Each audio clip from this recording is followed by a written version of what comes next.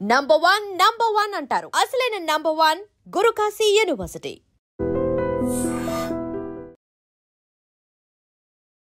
అరే ఓ చక్రధర్ నువ్వు కాంగ్రెస్ పార్టీకి రాజీనామా చేశానని తమాషాలు. నువ్వు ఒకసారేమో బీజేపీ అని చెప్పుకుంటావు, ఒకసారేమో బహుజన సమాజ పార్టీ అని చెప్పుకుంటావు. ఈ రోజు కాంగ్రెస్ పార్టీ అధికారంలో రాగానే కాంగ్రెస్ పార్టీ జాయిన్ అయ్యి నర్సరెడ్డి అని పిచ్చుకుంటా. నువ్వు ఏదో టెంపుల్ రన్ గేమ్ లెక్క ఆ పట్టాలెక్కి ఈ పట్టాలెక్కి తమాషాలు కాదు బిడ్డ. ఒకటే చెప్తున్నా, పూజల హరికృష్ణ పుట్టిందే కాంగ్రెస్ పార్టీలా, చచ్చిపోయి కూడా కాంగ్రెస్ పార్టీలని. ఇలాంటి సమాధానం చెప్పే అవసరం పూజల హరికృష్ణ గానీ మైనంపల్లి హనుమంత్ అన్న గానీ లేదు. మళ్ళొకసారి కాంగ్రెస్ పార్టీ గురించి మాట్లాడితే నీ నెత్తి మీద కాలేడు దొక్కుతా. నువ్వు ఏమనుకుంటున్నావు? మా నువ్వు ఓనోన్ కోసానికి ఎవడోడో నేను నీకు చైర్మన్ చేస్తా, నీతో పిచ్చర్ అవుతారా రా? నువ్వు ఒక లీడర్ రా నీ బతుకుకి? నువ్వు పిచ్చ నువ్వు నీ దోస్తుల దగ్గర రాజకీయం చేసిన నువ్వు మా గురించి మాట్లాడతావు. అలా ఒక కాంగ్రెస్ పార్టీ కార్యకర్త తెలుసుకుంటే ఏమవుతుందో రేపంచో నీకు చూపిస్తాం బిడ్డ. నువ్వు ఏమనుకుంటున్నావు? నీ బాధ్యత నాది, మా సైన్యాంది బిడ్డ. మళ్ళొకసారి కాంగ్రెస్ పార్టీ గురించి గాని మా కార్యకర్తల గురించి మాట్లాడితే నీ బాధ్యత మాది. నమస్తే, వెల్కమ్ టు ఐ డ్రీమ్. నిన్న యాక్చువల్లీ కాంగ్రెస్ పార్టీకి రాజీనామా చేసిర్రు సిద్దిపేట జిల్లా నాయకులు చక్రధర్ గౌడ్ గారు. ఏంటి రీజన్? ఆయన కొన్ని ఎలిగేషన్స్ చేసిండ్రు, అట్లాగే తన రాజీనామా లేఖలో కూడా కొన్ని ప్రస్తావించారు. అసలు ఏం జరుగుతోంది కాంగ్రెస్ పార్టీలో అండ్ సిద్దిపేట జిల్లాలో ఎస్పెషల్లీ ఏం జరుగుతోంది ఒకసారి మాట్లాడే ప్రయత్నం చేద్దాం. నమస్తే సార్, బాగున్నారా? నమస్తే, బాగున్నా. యా, రాజీనామా చేసినా కూడా ఎందుకు చాలా కూల్ గా ప్లెజెంట్ గా కనిపిస్తున్నారు? You are not tensed. ఇప్పుడు ఈ పార్టీలోకి వచ్చినప్పుడు ఏదో వస్తుందని ఆశపడలేదు, పోయేనాడు కూడా అయ్యో నేనేం నష్టపోయినా అనే బాధ లేదు. ఈ రెండు చూసుకున్నట్టయితే నష్టపోయింది ప్రజలు. ఎందుకంటే నాలాంటి వాడు కొట్లాడే గొంతుగా కాంగ్రెస్ లో ఉండాలని వాళ్ళు అనుకున్నారు. ప్రభుత్వం నుంచి ఏదైనా కొట్లాడి తేగలుగుతాడు మావాడు అనుకున్నారు. కానీ వీళ్ళు ఎవడైతే కొట్లాడతాడో, ఎవడైతే నిజాయితీగా ఉంటాడో, ఈ ల్యాండ్ గ్రాబర్లను ఎవడైతే అరికడతాడో, ఎవడైతే లంచగొండి వ్యవస్థని అడ్డుపడతాడో అట్లాంటి నాయకులు మా పార్టీలో వద్దు అని అనుకున్నారు. కాబట్టి నేను బయట ఉన్నా. చాలా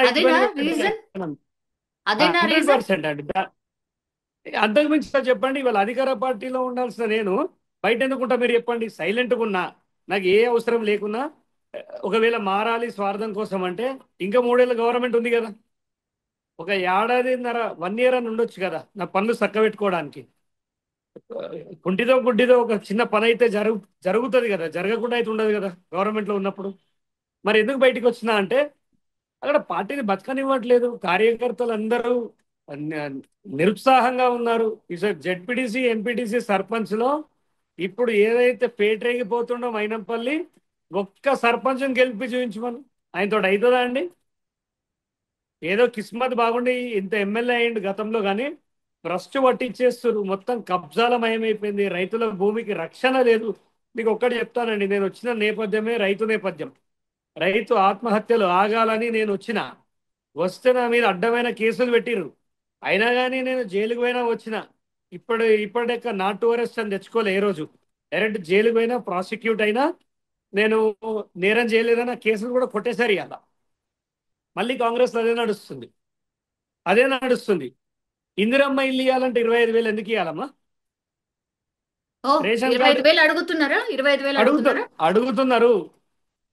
రేషన్ కార్డుకి 5,000 ఎందుకు ఇవ్వాలమ్మా? మీరు చెప్పండి. మనం గవర్నమెంట్లో ఉన్నామా? ఈ బ్రోకర్ పని ఎందుకు చేయాలి? ఇట్లాంటి కార్యక్రమాలకు నేను అడ్డు తగిలిన, అక్కడ ఉండే వ్యవస్థలకి ప్రశ్నించిన. ఇది కరెక్ట్ కాదు. మనం రేవంత్ రెడ్డి గారు చెప్పేది ఏంది, ఇక్కడ జరుగుతున్నది ఏంది అన్న. ఎకరా భూమి కొట్టేసి దాన్ని 4 కోట్ల కబ్జా పెట్టి మైనంపల్లి కబ్జా కోర్లకు సపోర్ట్ చేస్తుండు. సరే, సపోర్ట్ చేసినావు, వాళ్ళు న్యాయంగా కొట్లాడేటోళ్ళ మీద కేసులు పెట్టిర్రమ్మా. దొంగతనం కేసులు పెడతారు అలా రైతుల మీద కూడా. ఆ రైతు కుటుంబాలు 14 కుటుంబాల మీద కేసులు పెట్టిర్రు వీళ్ళు. దానికి నిరసనగా మా రైతుల లోపల ఆత్మస్థైర్యాన్ని నింపడానికి నేను నా ప్రాథమిక సభ్యత్వానికి అవసరమే లేదు ఈ పార్టీ. ఎన్ని కష్టాలు వచ్చినా పడతా, మీకోసం కొట్లాడతా అని బయటికి వచ్చిన. యాక్చువల్లీ మీ పోరాటం బీఆర్ఎస్ మీద ఉండే, బీఆర్ఎస్ మీద గట్టిగా పోరాటం చేసిర్రు. అక్కడ ఉన్నటువంటి పెద్ద నాయకులు హరీష్ రావు గారి మీదనే మీరు పోరాటం కొనసాగించింది. అట్లాంటిది మీరు అది నచ్చకనే మీరు కాంగ్రెస్ వైపు వచ్చిర్రు. కాంగ్రెస్ వైపు వచ్చిన తర్వాత ద సేమ్ ఎలిగేషన్స్ మళ్ళా కాంగ్రెస్ మీదనే చేస్తున్నారు. అంటే పార్టీలే ఇట్లా తయారైనాయా? అధికారంలో ఎవరుంటే ఇట్లనే చేస్తుర్రా? ఏంది లెక్క తప్పమ్మా, ఏంటి? తప్పు అది. పార్టీలో ప్రాబ్లం ఉండదు, వ్యక్తుల్లో ప్రాబ్లం ఉంటది. అక్కడ నియమించిన వ్యక్తికి తగ్గట్టు అక్కడ వ్యవస్థలు అనేటివి ఉంటాయి. ఇప్పుడు చక్రధర్ లాంటి నువ్వు అక్కడ ఇన్ఛార్జ్ బాధ్యతలు ఇచ్చుంటే పరిస్థితి వేరేలాగా ఉండు. ఎక్కడ రూపాయి కరప్షన్ ఉండకపోదు, లబ్ధిదారులకు అందరికీ న్యాయంగా అన్ని రావాలి అని చెప్పాను. కానీ ఇక్కడ మైనంపల్లికి ఏం పనమ్మా? సిద్దిపేటలో నువ్వు మల్కాజ్గిరిలో ఉండాలి, నీ కొడుకు మెదక్లో ఉన్నాడు, మెదక్ పోవాలి. సిద్దిపేట రాజకీయం నీకెందుకు? అక్కడ బిఆర్ఎస్ నుంచి కబ్జా కోర్లు అని చెప్పేసి మన కాంగ్రెస్ పార్టీ ప్రెస్ మీట్ పెట్టి ఒకరిని కబ్జా కోర్ అన్న తర్వాత వాడిని మనం పార్టీలోకి తీసుకోవచ్చా? వాడిని పార్టీలోకి తీసుకొచ్చి వాడు పెట్టిన కబ్జాని మనం కాపాడుతున్నామంటే మనం ఎవరితో స్నేహం చేస్తున్నాం అంటున్నాం. వెలమలు నేను అప్పుడైనా రైతుల కోసమే కొట్లాడినా అమ్మ. హరీష్ రావు రైతుల మీద ఉక్కుపాదం మోపుతుండు, జాగాలు గుంజుకుంటున్నాం కొట్లాడినా. ఇక్కడ మైనంపల్లి అదే దరిద్ర పని చేస్తున్నాం కొట్లాడినా తప్ప వ్యక్తి మీద లేదమ్మా. నాది కాన్సెప్ట్ వైజ్ రైతుల జోలికి రాకండి. గత ప్రభుత్వం రైతుల మొత్తం నిండా ముంచేసింది, మనం అదే తప్పు చేయొద్దని హెచ్చరించిన. అట్లీస్ట్ నా రాజీనామా ముఖ్యమంత్రి గారి చెవిన పడి ఒక్కసారి అటువైపు చూస్తే ఆ రైతులకు న్యాయం జరుగుతుందని నేను వదిలేసిన మా పార్టీని. నేను పార్టీని వదిలేసిన అంటే పార్టీ లైన్లో నడవాలంటే నాతో కాదు. ఇట్లా దొంగతనంగా భూములు కొట్టేసి నోరు మూసుకొని కూర్చోమంటే అది నాతో అవ్వట్లేదు. అందుకే బయటకు వచ్చేసింది. ఇప్పుడు మైనంపల్లి మీ జిల్లా ఇన్ఛార్జ్ గా ఉన్నాడు కాబట్టి మీకు లేడమ్మా, నచ్చట్లేదా? లేడు. తప్పు, రాంగ్ రాంగ్. డామినేషన్ ఆయనది ఎక్కువైపోయింది, మీరు హైలైట్ కావట్లేదు అనేసి మీకు నచ్చట్లేదా? ఏం నచ్చట్లేదు? ఇంతకు ముందే మీరు అన్నారు కదా, ఒకవేళ నాకు ఇన్ఛార్జ్ ఇచ్చి ఉంటే ఇలా ఉండేది కాదు అని అన్నారు. అంటే మనసులో Yes. మాట అదేనా? అమ్మ, కరెక్ట్ గా అన్నం పంచేవాడికే బాధ్యతలు ఇవ్వాలి ఎక్కడ కానీ. ఒకవైపు నిలబడేవాడిని కాదు. అసలు మాకు మైనంపల్లికి ఇన్ఛార్జ్ లేదు, ఆయన మాకు సంబంధమే లేదు. ఎవడు పెట్టిన ఆయన ఇన్ఛార్జ్ని? కొంతమంది లోఫర్ గాళ్ళు అక్కడ కబ్జాల కోసం ఈయన ఊకే ఆహ్వానించడం. మరి ఇతర కాన్స్టిట్యున్సీలు ఏవి మైనంపల్లిని పిలవెందుకు? వై సిద్దిపేట అంటే కొన్ని వ్యవస్థలకి ఆయన అక్కడ హరీష్ రావు పైన రేపు నిలబడాలనుకుంటుండా, లేకపోతే అక్కడ ఇంకేదన్నా కబ్జా కోర్ రాజకీయం చేద్దాం అనుకుంటుండా. మా మంత్రి, ఇన్ఛార్జ్ మంత్రి వివేక్ గారు, జిల్లా మంత్రి పొన్నం గారు, జిల్లా అధ్యక్షుడు నర్సారెడ్డి గారు, ఇన్ఛార్జ్ వేరే అతను ఉన్నాడు. ఈయనెవరండి? ఈయనకి ఏం సంబంధం మాతోటి? మరి ఇదే విషయాన్ని మీరు చెప్పలేదా? జిల్లా మంత్రి ఎవరు ఇన్ఛార్జ్ ఉన్నారు ఆయనకు చెప్పలేదా? మీరు ఇప్పుడు అన్నటువంటి పెద్దలందరికి ఎవరికి చెప్పలేదా? జిల్లా డిసిసి అధ్యక్షుని పైన మొన్న కేసు పెట్టిరమ్మా. ఆయనకే గతి లేదు. ఈ మైనంపల్లి చేసే అకృత్యాలు అక్కడ పోయి అక్కడ డిస్టర్బ్ చేసిండు వ్యవస్థల్ని. మీకు ఇంకొకటి విషయం చెప్తానమ్మా. మొన్న రీసెంట్ గా ఆయన ఒక వీడియో వైరల్ అయింది, మీరు చూసుకుంటారో లేదో. నేను ఒక బహుజన బిడ్డనమ్మా, రైతుల కోసం పనిచేసిన, మినిమం ఆ గౌరవం ఉండాలి కదా మనిషి అనేటోనికి. చక్రధర్ గారు ఒక ముండా కొడుకు అని తిడతాడా అమ్మ? మా తల్లిని తిట్టాల్సిన అవసరం ఏమొచ్చింది? ఆయనకి ఏమైనా బుద్ధి ఉందా? ఒక పెద్ద వయసు గల్లోడు ఒక నాయకుడు. ఆ వీడియో వైరల్ అవుతుంది అమ్మ, ఇప్పుడు కొన్ని లక్షల మంది చూసిర్రు ఆ వీడియో. అది ఎంతవరకు ఇవ్వాల అమ్మ? ఒక వీడియో పంపితే మీరు చెప్పు చూపిస్తారు ఇలాంటి వాళ్ళకి. నా తల్లిని, నా భార్యని ఎంత చండాలంగా మాట్లాడుతున్నారు తెలుసా అమ్మ? ఇప్పుడు వీడియోలు ఇవాళ నేను గుండె తట్టుకోలేకపోయింది. నా తల్లిని చాలా దారుణంగా నిందిస్తూ చక్రధర్ గారు వాని భార్యని ఎక్కడెక్కడో తారుస్తాడని మాట్లాడుతారమ్మా. ఇదా అమ్మ ఇట్లాంటి ఎదవల? ఇంత మాట్లాడిన తర్వాత వీళ్ళని ఏమనాలి చెప్పు? అంత చండాలమైన మాట. చక్రధర్ గౌడ్ ఎందుకు టార్గెట్ అయ్యిండు? చక్రధర్ గౌడ్నే ఎందుకు టార్గెట్ చేసిండ్రు? అమ్మా చూడు, నేను ఒక బీసీ నాయకుడిని, అక్కడ హరీష్ రావు పైన నిలబడ్డ నేపథ్యం ఉంది. నాకు 17,000 ఓట్లు వచ్చినాయి అమ్మా. 17,000 5 రోజుల ప్రచారంలో 17,000 వస్తున్నాయి. ఇప్పుడు నా గ్రాఫ్ ఎట్లాగో పెరుగుతుంది. బహుజనులంతా నా వైపు ఉన్నారు. రేపు వీడు సిద్దిపేటలో ఎదగొద్దు, వీడు పైకి రావద్దు, సిద్దిపేటలో వీడిని తుంచేసేయాలి అనే క్రమంలోనే ఈ కొంతమంది ఒక సిండికేట్ గా ఏర్పడి నన్ను అడుగున ఇబ్బంది పెడుతున్నారు. ఇది బీఆర్ఎస్ కోవట్టే మైనంపల్లి. ఆ పార్టీలకి వెళ్ళి వచ్చినోడు ఆ పార్టీకే పనిచేస్తుండు. సిద్దిపేటలో హరీష్ రావుకి పనిచేసేది మైనంపల్లి మాత్రమే. మైనంపల్లి హనుమంతరావే పనిచేస్తాడు. 100%. లేకపోతే అంత కొట్లాడే నన్ను అనవసరంగా ఇప్పుడు ఈ వెనక చక్రధర ముండా కొడుకు అనాల్సిన అవసరం నీకు ఏమొచ్చింది? ఒకసారి దానికి సంజయ్ చెప్పరాదు. నువ్వు అన్న వీడియో అయితే బయట వైరల్ అవుతుంది, నన్ను తిట్టాల్సిన అవసరం ఏంది? అది ఎక్కడో మెదకులో, అంటే వాళ్ళ దగ్గర ఒక వ్యక్తి వీడియో తీసి నాకు పంపిస్తే నేను మీడియాకి ఇవ్వడం జరిగింది. అది అంటే నా టార్గెట్ అనేది మెదక్ పోయినా ఉంటుంది, గజ్వేల్ పోయినా ఉంటుంది, హైదరాబాద్ అయినా చక్రధర్ అనే వాడిని భూస్థాపితం చేయాలి. ఎందుకంటే రైతుల్లో ఒక గొప్ప పేరుంది, సమాజంలో మంచి పేరుంది. గతంలో ఎన్ని కేసులు పెట్టినా పబ్లిక్ నమ్మలేదు వీడి మీద అనేది. ఈ వీళ్ళని తొక్కేయాలంటే, ఈ పెత్తందారి వ్యవస్థను తొక్కాలంటే బహుజనుల కోసం నిలబడాలి. బహుజనులు అటువైపు పోకుండా బహుజనవాదం వైపు మరలించాలని ఇక నేను నిర్ణయం తీసుకున్నా. ఇప్పుడు పార్టీలు కాదమ్మా, బహుజనవాదం ఎక్కడుంటే చక్రధర్ అక్కడ పనిచేస్తాడు. యా, సో కొత్త పార్టీస్ ఏదో రాబోతోంది అని చెప్పకనే చెప్పినట్టు అనిపిస్తోంది. ఒకటి సార్, రాని ఒకటి వాళ్ళమ్మా. మీరు మీరు ఇప్పుడు ఇద్దరు ఒకటే పార్టీలు ఉన్నారు సార్, అంటే హనుమంతరావు అండ్ మీరు ఎప్పుడన్నా కలిసిన సందర్భాలు ఉన్నాయా? ఉన్నాయమ్మా. ఆయన కొత్తలా మా దగ్గరకు వచ్చినప్పుడు ఈ తిరుపతిలో ఒట్టు పెట్టిండు అన్నట్టు. ఏది ఆయనని అంతమొందిస్తా అని ఒట్టు పెడితే ఈడు పూటకి 20 ఒట్లు తింటాడు అని నాకు తెలియదు. మాట్లాడితే అమ్మతోడు వేసుకుంటాడు, అయ్యతోడు వేసుకుంటాడు. ఈ ఒట్ల రాజు ఆయన. ఈయన ఇట్లా ఒట్లేస్తే నేను వెంకటేశ్వర స్వామి చేసిండు, ఈయనంత పతివ్రతను అనుకొని మా ఊరు వస్తే 7 లక్షల రూపాయలు పెట్టి ఫ్లెక్స్లు కట్టి ఈయనకి శాలువా కప్పి హంగామా చేసిన. తర్వాత తెలిసింది ఈడ గుంటనక్కనే ఆ ఈడు ఒట్లేసి మంది నాశనం చేసేటోడు అని. తర్వాత కనుక్కున్నా ఈయనకు దూరం ఉన్నా. ఎందుకంటే ఎవరైనా మా ఇప్పుడు తెలంగాణ ఉద్యమం గురించి పోరాడినప్పుడు వాడు దొంగో లంగో మనమైతే ఆహ్వానించినాం కదా, జై తెలంగాణ అన్నందుకైతే ఆహ్వానించినాం. తర్వాత మన నేచర్ తెలిసిన తర్వాత దూరం పెట్టినాం.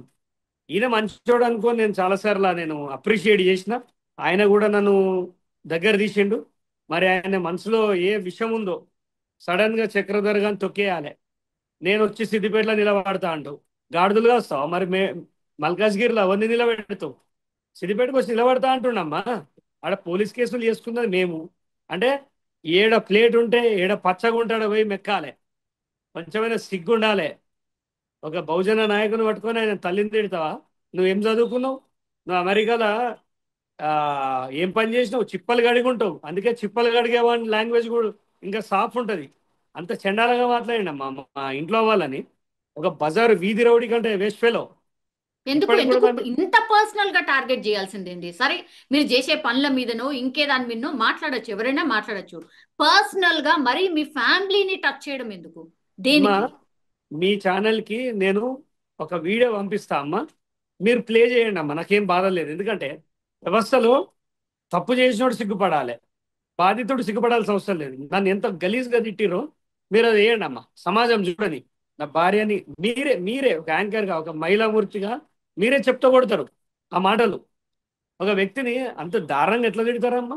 ఇంట్లో పిల్లలు ఉంటారు, మా పిల్లలు ఏమైపోతారు? చదువుకునే పిల్లలు.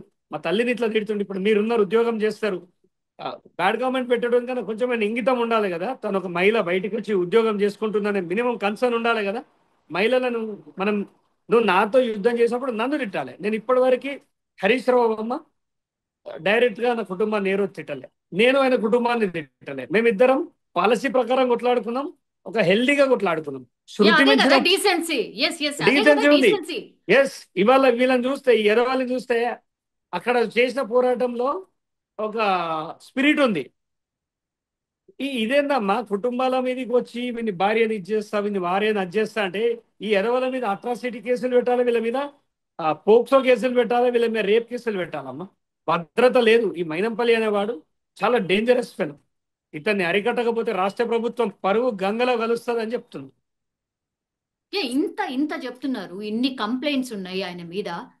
మరి ఎందుకని మీరు అంటే పిసిసి చీఫ్ ఆయన పిసిసికి చెప్పినాం, మరి పట్టించుకుంటలేరు. మరి సిద్దిపేట మీరు ఎవ్వడు పట్టించుకోకపోతే మరి అక్కడ ఓట్లు వద్దా చెప్పండి? ఆ వ్యవస్థ వద్దా? హరీష్ రావు దగ్గర పైసలు తీసుకున్నారా? హరీష్ రావు బ్యాగులు పంపించిండా? దానికైనా ఫోన్ ట్యాపింగ్ కేసు కొట్టేసింది మీరు, ఆయనను రక్షించింది మీరు. అంత కష్టపడి హైకోర్టు చుట్టూ తిరిగి అంత కేసు పెట్టినా కదా అమ్మా. ఏమైంది ఆ కేసు? పరువు పోయింది. ఫోన్ ట్యాపింగ్ కేసు కొట్టేస్తే పరువు నాది పోలే, రాష్ట్ర ప్రభుత్వానికి పోయింది. ఓడిపోయిండు. రాష్ట్ర ప్రభుత్వం సైడ్ వాదించిన వాళ్ళు ఓడిపోయారు. చక్రధర్ ఏముందమ్మా, నాకు అన్యాయం జరిగిందన్న నేను చూపించిన, నా వరకు చేస్తాను, నేను జడ్జినా కాదు కదా. న్యాయ నిర్ణేత ఎవరు? మీరు నేను ఎందుకైతాం? మనం ప్రజల యొక్క వాయిస్ మీరు వినిపిస్తారు, నేను వినిపిస్తా. ఫైనల్ డెసిషన్ ఎవరు తీసుకోవాలి? న్యాయస్థానాలే కదా. అది మైనం అమ్మ, ఈ మైనంపల్లి, ఈ హరీష్ రావు, వీళ్ళంతా ఒకటే కేటగిరీ. వీళ్ళంతా దొరలు, వీళ్ళ ముందు లేరు. మనల్ని డైరెక్ట్ కొట్టారు. మళ్ళా గౌడ్ని కొట్టాలంటే గౌడు, యాదవ్ని కొట్టాలంటే యాదవ్. మొన్న యాదవ్లను ఎట్లా తిడుతుండమ్మా. ఒక యాదవ్ లీడరు రాధాకృష్ణ యాదవ్ మల్కాజ్గిరిలో ఆయనని ఎంత దారుణంగా తిడుతుండు. ఏం అహంకారం చూసుకొని మైనంపల్లి, తంతే 10 మంది లేరు నీ కులంలా, నీ ఎలమ జాతిలా, నీ బెండు తీస్తా ఇప్పుడు నెక్స్ట్ ఎలక్షన్స్ లా. ఇప్పుడు హరీష్ రావు కాదు, నాకు హరీష్ రావు పక్కకు పెట్టేసిన, ఇక నీ తోలు తీసుడే ఉంటది. నువ్వు ఎంత మొగోనో ఎంత సిపాయివో నేను చూస్తా. నీకు రైతులంటే ఏందో, నీ ఇల్లు మొత్తం నాగల్లేసి దున్నుతాం బిడ్డ, తమాషాలు చేస్తున్నావు. 8 మంది రైతుల మీద కేసు పెట్టిస్తావా నువ్వు? అమాయకులమ్మ, భర్త చనిపోతే ఆ పైసలు, ఇన్సూరెన్స్ పైసలతో జాగ్ కొనుక్కుంటే సిగ్గుమాలిన వాళ్ళు కదా కబ్జా పెడతారా? కొంచెమైనా సిగ్గు ఉందా? చెప్పు, ఇక ఏం మాట్లాడతాం? పేద ఆడవాళ్ళ భూములు గుంజుకుంటాడు, ఆడవాళ్ళని అడ్డు పెట్టుకుంటే చక్రధర్ ఊరుకుంటాడా? ఆయన ఇప్పుడు నన్ను ఎలా తిడుతున్నారంటే, ఈయన సైలెంట్ అయిపోవాలి ఫ్యామిలీని తిడితే అని. అరే బాబు, తిట్టే మీకు సిగ్గు కాదా? మాకేముంటుంది రా భయ్? వ్యవస్థ చెప్పులతో కొడతారమ్మా వీళ్ళని తొందరలో. మీరు చూడండి, నా రాజీనామాకి ముఖ్య కారణం ఈ దొంగ మైనంపల్లి అతను అనుచరులు. ఇప్పుడు మీ ఛానల్లో నువ్వు పనిచేస్తున్నావు, 1-2 సార్లు నువ్వు అన్నా పోంతి అని ఊరుకుంటావు, కానీ నీ అభిమానం, నీ కుటుంబం అభిమానం దెబ్బతినేలాగంటే ఆ జాబ్ ఎందుకు, ఆ డబ్బు ఎందుకమ్మా? మీరే చెప్పండి. బతకలేకనా దేశం మీద? అంతే కదా. ఏం లేకపోతే బుక్కడు రేషన్ కార్డు మీద బుక్కడు రైస్ అనేది బతుకుతాం కదా. అంత చచ్చిపోయే పరిస్థితి లేదు కదా బయట. అభిమానం ఉన్నవాడు ఎవడు తల్లిని చెల్లెని తిడిపించుకోడమ్మా. అది ఈ ఎలమన కొడుకులతో అసలే వాడ. నేను ఖచ్చితంగా వీళ్ళ మీద ఎట్లా పోరాడాలో అట్లా పోరాడతా. రైతుల భూముల జోలికి వస్తే మాత్రం ఊరుకునే ప్రసక్తి లేదు. మీరు ఇక ఇంతకు ముందు కాంగ్రెస్ పార్టీ, అన్నట్టుగా కాంగ్రెస్ యా, చెప్పండి చెప్పండి. మీరు ఇంతకు ముందు అన్నట్టుగా 25,000 తీసుకుంటున్నారు ఇందిరమ్మ ఇల్లు కావాలంటే, 5,000 అడుగుతున్నారు రేషన్ కార్డు కావాలంటే. జస్ట్ ఎలిగేషన్స్ ఏమో అనుకుంటున్నారు, మీరు కూడా ఎలిగేషన్స్ సరే, చేస్తున్నారా? అలిగేషన్స్ లేకపోతే కాదమ్మా. మీ దగ్గర ప్రూఫ్ ఉందా? అమ్మా, ప్రూఫ్లు ఇస్తా, 100% ఇస్తా. ఎందుకంటే రేపు మీ దగ్గర నేను మాట తెచ్చుకోను, నేను కూడా ఇస్తాను. మొన్నటిదాకా పార్టీలో ఉన్నా కాబట్టి కొంత కడుపు చింపుకుంటే కాళ్ళ మీద పడుతుంది అన్నట్టు ఆగినాం. ఇప్పుడు ఏది చింపుకున్నా ఎవరి మీద పడది, అవన్నీ బయటికి తీస్తాం. రెండో విషయం, మీ కామెంట్స్తో అడగండి, రేషన్ కార్డుకు డబ్బులు అడుగుతురా, ఫలానా ఇందిరమ్మ ఇల్లుకు డబ్బులు అడుగుతారు. కంప్లీట్ బీఆర్ఎస్ వాళ్ళు కొనుక్కుంటారమ్మా. బీఆర్ఎస్ వాళ్ళు కొనుక్కుంటారు లిటరల్లీ. ఇలా డబ్బు వాళ్ళ దగ్గర ఉందమ్మా. లాస్ట్ గవర్నమెంట్లో పనిచేసిన బీఆర్ఎస్ వాడు కార్పొరేటర్ కానీ వాడు వార్డు మెంబర్ కానీ వాళ్ళ దగ్గర డబ్బులు ఉన్నాయి. వాళ్ళు ప్రభుత్వం నుంచి వచ్చే ప్రతి పథకం కొనుక్కుంటారు. They can afford. Normal people cannot afford money, వాళ్ళ దగ్గర డబ్బులు లేవు. పథకాల్ని 5,000 కొనుక్కోవడం ఏంటి సార్? పథకాల్ని కొనుక్కోవడం ఏంటి? కొనుక్కోవడం మీద మళ్ళీ లంచం మిస్ అయిపోతుంది పని. 25,000 ఇస్తే వానికి. ఇప్పుడు మీకు ఎన్ని కావాలి చెప్పండి, నేను మీకు ఎవిడెన్సెస్ పంపిస్తా. ఇల్లు ఉన్నోనికి ఇల్లు ఇవ్వచ్చా? కారు ఉన్నోనికి ఇల్లు ఇవ్వచ్చా? ఇవ్వద్దు కదా. ₹1,00,00,000 బిల్డింగ్ ఉన్నోనికి ఇందిరమ్మ ఇల్లు ఎట్లా శాంక్షన్ అవుతుంది మీరు చెప్పండి? వచ్చినాయా? ఇవన్నీ వచ్చినాయా? 100%. I will give you the evidence. ఉట్టిగా అంటలేను. ప్లీజ్ ప్లీజ్, ఎందుకంటే మాటలు ఎవరైనా మాట్లాడతారు సార్, నేను కానీ 100% ప్రూఫ్ ఇస్తానమ్మా. లేకుండా. ఎస్, మాకు ఇవ్వండి సార్. బికాస్ మీ ఇంటర్వ్యూ చేసినప్పుడు మీరు ఇన్ని ఎలిగేషన్స్ చేసినప్పుడు దానికి ప్రూఫ్స్ కూడా చూపెట్టాలి. లేకపోతే అబద్ధం మాట్లాడినట్టు అవుతుంది. మీరు అబద్ధం చెప్పుడు, నేను ఇన్నుడు అవుతుంది. సో అది లేదమ్మా, తప్పు. అట్లా ఎప్పుడు ఉండదు. పేపర్ పట్టుకొని చెప్తాడు. రేపు న్యాయస్థానం పైన మాటలు చెల్లాయి, అది నాకు తెలుసు. ఏదైనా డాక్యుమెంట్ ఉంటేనే మాట్లాడతా. రేపటి రోజున ప్రతి ఒక్కరిని మీరు డిఫర్మేషన్ వేస్తాడు, నాకు తెలియదా అమ్మ? పేపర్ పట్టుకునే మాట్లాడతా. అందుకే, ఎందుకంటే వీళ్ళు డిఫర్మేషన్ వేస్తే ఇచ్చే పైసలు నా దగ్గర లేవు కాబట్టి ఎవిడెన్స్ ప్రూఫ్ మాట్లాడతా. ఇవాళ ప్రభుత్వ పథకాలన్నీ అమ్ముడు పోతున్నాయి. Very simple. కొనుక్కునే వాళ్ళు బీఆర్ఎస్ వాళ్ళు, అమ్మే వాళ్ళు కాంగ్రెస్ వాళ్ళు. సింపుల్. బిజినెస్ జరుగుతుంది, వ్యాపారం జరుగుతుంది, అంతే. ప్రజా యా సొమ్ము అర్హత లేని వాళ్ళు అప్పనంగా దోచేస్తున్నారు. యా సో ఇప్పటి వరకు కూడా మీరు రాజీనామా చేయకంటే ముందు డెఫినెట్లీ పెద్దలతోని మాట్లాడే ప్రయత్నం చేసి ఉంటారు. నాకు తెలిసి మీకు ఆ ఛాన్స్ ఇవ్వలేదు కాబట్టి రాజీనామాకు వచ్చారు, అంతేనా? 100%. నెల 2 నెలల నుంచి మొత్తుకుంటున్నాం, వీడు దొంగ, ఇట్లా జరుగుతుంది పట్టించుకోరంటే. చాలా మంది చెప్పింది ఏంటంటే, సిద్దిపేటలో హరీష్ రావు ఉన్నాడు, అక్కడ టచ్ చేయొద్దంటే, సరే వీళ్ళంతా హరీష్ రావుకి అమ్ముడు పోయినట్టున్నారు, ఇక మనం అమ్ముడు పోలే కాబట్టి మనం బయటికి వచ్చేద్దాం. ఎందుకంటే అల్లా ఉంటే ఇలా అమ్ముడు పోయిన వ్యవస్థలో మనం భాగస్వామ్యం అవుతాం. మనకు అవసరం లేదు. ఇప్పుడు ఒక ఇల్లంతా చెత్త చేస్తురమ్మా, అక్కడ ముక్కు మూసుకొని ఎంతసేపు ఉంటాను? ఆ ఇల్లు నీది అయితేనేమో నువ్వు సాఫ్ చేసుకుంటావు, ఆ ఇల్లే నీది కాదు. సో అట్లాంటి కంపులు భరించలేకనే బయటికి వచ్చేసి. ఇప్పుడు చక్రధర్ గౌడ్ గారి ఫ్యూచర్ ఏంటి? ఎటువైపు చూస్తున్నారు? ఏంటి పోరాటం? ఏంటి నెక్స్ట్ స్టెప్ ఏంటి? మా చాలా వరకు ఈ రెడ్డిల దగ్గర కానీ ఓసీల దగ్గర ఎవరి దగ్గర అయినా చాకరీ చేసేటోళ్ళు ఎస్సీలు, బీసీలు, మైనారిటీలు వీళ్ళే ఉంటారు. మేము మనకు రాజ్యాధికారం, ఈ అమ్మ అక్క అని తిడిపించుకోవడం, ఈ దొరల పాలన ఇంకా పోలేదమ్మా. సో మా వాళ్ళని చైతన్యపరిచి, సరే చక్రధర్ మాట విని 100 మంది అయితే 100 మంది నా వైపు రాని బీసీ ఉద్యమాల వైపు నడవాలి, బీసీ ఆత్మగౌరవాన్ని కాపాడుకోవాలి. మనవాడు మన దగ్గర, మనది మనకి. ఇప్పుడు తిరుపతి పోతే కదా ముదిరాజు భవనం అని ఒకటి, ఆ సో రెడ్డి భవనం అని ఒకటి ఉంటుంది. అందరు కలిపి ఒకటే భవనం ఇస్తే కొట్టుకసేస్తారు. ఎవరి ప్రాతిపదికన వాళ్ళకు ఉంటే ఎట్లుంటుందో, మేము బీసీ వైపు వెళ్ళిపోతున్నాం, బీసీల కోసం నిలబడాలని ఫిక్స్ అయినా మనం ఖచ్చితంగా. సో తీన్మార్ మల్లన్న ఏదో పార్టీ పెట్టబోతున్నారు, ఆ పార్టీ వైపు చూస్తున్నారా? అదేనా? ఒకటమ్మా, ఇప్పుడు రాజకీయ పార్టీలు కాదు, ఆ, తీన్మార్ మల్లన్న నాకు ఒక పెద్దన్న లెక్క. నేను బాగా ఇబ్బంది పడుతున్నప్పుడు ఈ దొరలందరికీ భయపడ్డారు చాలా మంది. ఆ ఒక్కడే నాకు నిలబడి నన్ను కాపాడిండు. అది ఎప్పటికీ చెప్తా, కృతజ్ఞత నా జీవితాంతం ఉంటది. ఎలా ఆయన వాయిస్ ఇవ్వడం వల్లనే చక్రధర్ అనేవాడు నిలబడ్డాడమ్మా. అది ఎవడు ఒప్పుకోకున్నా నేను ఒప్పుకుంటా. కానీ రాజకీయంగా వచ్చేవరకు అన్న ఇష్టాలు అన్నకుంటాయి, నా ఇష్టాలు నాకుంటాయి. నేను ఇప్పట్లో కొంత బ్రేక్ తీసుకుందాం అనుకుంటున్నా. ఎందుకంటే ఇవాళ ఎవరు బీసీ అని జెండా పడితే వాళ్ళ దగ్గరికి పోతా. ఫస్ట్ వెళ్లే ముందు బీసీలో మనకి 50 ఏళ్ళుగా జరుగుతున్న నష్టం ఏంది, మన వాళ్ళని మనం చైతన్యపరచాలంటే ఏ ఏ టాపిక్ మాట్లాడాలి, ప్రజల లోపలికి వెళ్ళాలంటే ఏ ఏ టాపిక్ తీసుకోవాలి, నిరుద్యోగులకు జరుగుతున్న అన్యాయం ఏంటి, అసలు మన బీసీ రాజ్యం వస్తే మనం బాగుపడతామా, మరి ఇంకే ఎలా ఉండబోతుంది లైఫ్ అనేది, ఇదంతా నేను కొద్దిగా స్టడీ చేయాలి కదా. ఇది స్టడీ చేయాలంటే చిరంజీవులు గారు లాంటి ఉంటుంది, పాసం యాదగిరి లాంటి వాళ్ళతోటి, చాలా మంది పెద్ద మనుషులతోటి తిరిగి, తిన్మార్ మల్లన్నతోటి, విశ్వరథన్ మహారాజ్ అనుకోండి, వీళ్ళందరితో తిరిగి ఒక అనుభవం వచ్చిన తర్వాత ఒక ఆలోచనకు వస్తాం. కానీ బీసీ పార్టీలనే ఉంటాం. ఇక మీదట బీజేపీ లేదు, టీఆర్ఎస్ లేదు, కాంగ్రెస్ లేదు. ఈ 3 పార్టీల ప్రస్తావనే లేదు ఇక నా జీవితంలో. ఓకే, బీసీల వైపే ఉండబోతున్నారు, రైట్? అంతే కదా? 100% అంత గెలుపోవటమే వాళ్ళతోటే ఉంటాం. Yes, exactly. సో లాస్ట్లీ మీరు ఇంతకు ముందు ప్రామిస్ చేసినట్టుగా ఇందిరమ్మ ఇళ్ల గురించి కానీ, లేకపోతే రేషన్ కార్డులకు సంబంధించి కానీ ప్రూఫ్స్ మాకు చూపిస్తా అన్నారు కాబట్టి, మీ ఫోన్ లో ప్రూఫ్స్ ఉంటే మాకు లైవ్ లోనే చూపించేసి సెండ్ చేస్తామమ్మా. ఇవి కాన్స్టిట్యున్సీలో ఇవన్నీ Okay. జరిగేటి కాదంటే, మొన్నటిదాకా మేము పార్టీలో ఉన్నాం కాబట్టి అవన్నీ రివీల్ చేయలేదు. ఇప్పుడు Okay. 1 by 1 అన్ని వచ్చేస్తాయమ్మా. ఎందుకు ఫ్రెష్ రేపు నిన్న మొన్న జరిగిన ఇన్సిడెంట్లు వస్తాయి. ఎందుకంటే అధికారులు కానీ అక్కడున్న లోకల్ నాయకులు కానీ యథేచ్ఛగా డబ్బు తీసుకుంటారు. ఏముంది, టీవీ ఛానల్ ఇవాళ వేస్తారు, రేపు తీసేస్తారు. మన మీద ఎవడరా అసలు జులుం చేసేది, మనల్ని ఎవడరా సస్పెండ్ చేసేది అనే ధైర్యంతో ఉన్నారు. సో అలాంటి వాడు తప్పు చేయడానికి, ఇప్పుడు ట్రాఫిక్ పోలీసు వాళ్ళు మిస్టేక్ జరుగుతూ ఒకప్పుడు బండి తీసుకెళ్ళి పోలీస్ స్టేషన్లో పెడితే వాడు భయపడి లైసెన్స్ తెచ్చుకునేటోడు, హెల్మెట్ వేసుకునేటోడు. ఇప్పుడు ఏమైపోయింది, ఏమో చలాన్ కొట్టుకుంటాడు. డిసెంబర్లో ఎప్పుడో మనకి ఏమంటారమ్మా, డిస్కౌంట్ వస్తుంది. డిస్కౌంట్ కోసం ఎదురు చూసినట్టు పార్టీలలో కూడా డిస్కౌంట్ ఆఫర్లు నడుస్తున్నాయి అమ్మ. ఏంటంటే తప్పు చేద్దాం, మన అధిష్టానం పిలిచిందనుకో, మనం తిన్నదాల్లో 60% వానికి ఇద్దాం, 40 మనం తిందాం. సో ట్రాఫిక్ ఏట ప్రభుత్వం ఎట్లుందో అధికారులు అట్లే ఉన్నారు, పార్టీ నాయకత్వం అట్లే ఉంది.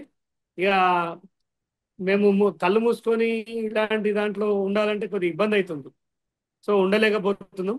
రాజకీయం చేయకుండా పర్వాలేదు, కానీ ఇట్లా ఇంత చండాలంలో మనం ఉండలేమమ్మా. ఇప్పుడు ఒక అమ్మాయిని రేప్ చేయడానికి ఒక ఆటోలో వేయరనుకో అమ్మ, సపోజ్ చెప్తున్నా, ఒక ఆటో డ్రైవర్ ఆటో మాట్లాడుకుని 4 వేరు, ఒక దగ్గర అత్యాచారం జరిగింది, ఆటోని కూడా లోపలేస్తారా లేదా?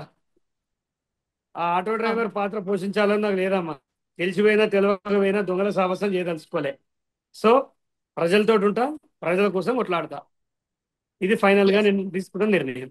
ఎస్, థ్యాంక్ యూ అండి, thank you so much, and thank you. All the very best అండి. Thank you so much. Thank you. నిజంగా ప్రస్తుతం ఉన్నటువంటి సమాజం దేనికి ప్రయారిటీ ఇస్తుంది? ఆర్థిక సంబంధాల చుట్టూ మాత్రమే తిరుగుతోంది. మళ్ళీ ఎన్నికలంగానే చాలా విరక్తి కలుగుతాను. మంచి అనిపిస్తుంది కదా, లేడీస్ కూడా ఛాలెంజింగ్ జాబ్స్ చేసినప్పుడు చాలా బాగుంటది. ట్రాఫిక్ అసిస్టెంట్స్ గా నియమించిన ట్రాన్స్జెండర్స్ అందరితో సాల్యూట్ చేయించుకుంటున్నారు. ఫుడ్ డెలివరీ ఇవ్వటానికి వెళ్ళినటువంటి డెలివరీ బాయ్ అనిల్ పై కళ్ళ ముందు